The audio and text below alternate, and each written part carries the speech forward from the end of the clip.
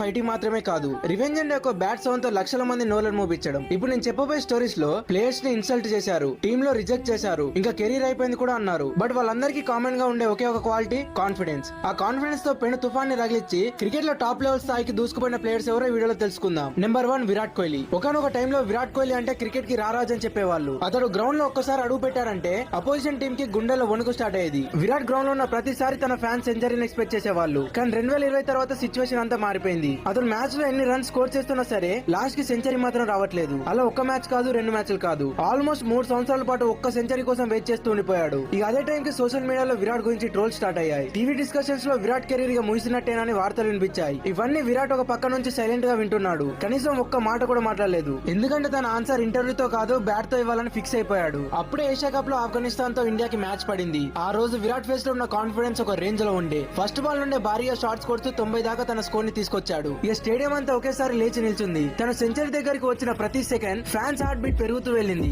Finally ఆ moment రాగానే stadium లో ఉన్న క్రౌడ్ అంతా ఒకేసారి ఎగిరి గంతులు వేశారు. విరాట్ ఆకాశం వైపు చూస్తూ బ్యాట్ నెత్తినప్పుడు అతడు ఇన్ని సంవత్సరాల పాటు పడ్డ కష్టానికి అవమానానికి ఒకేసారి సమాధానం దొరికినంత సంతోషం వచ్చింది. ఆ రోజు క్రికెట్ ప్రపంచానికి కింగ్ టెంపరీగా సైలెంట్ అవ్వచ్చు, కానీ కింగ్ స్టేటస్ ఎప్పటికీ పర్మనెంట్ అని అర్థమైంది.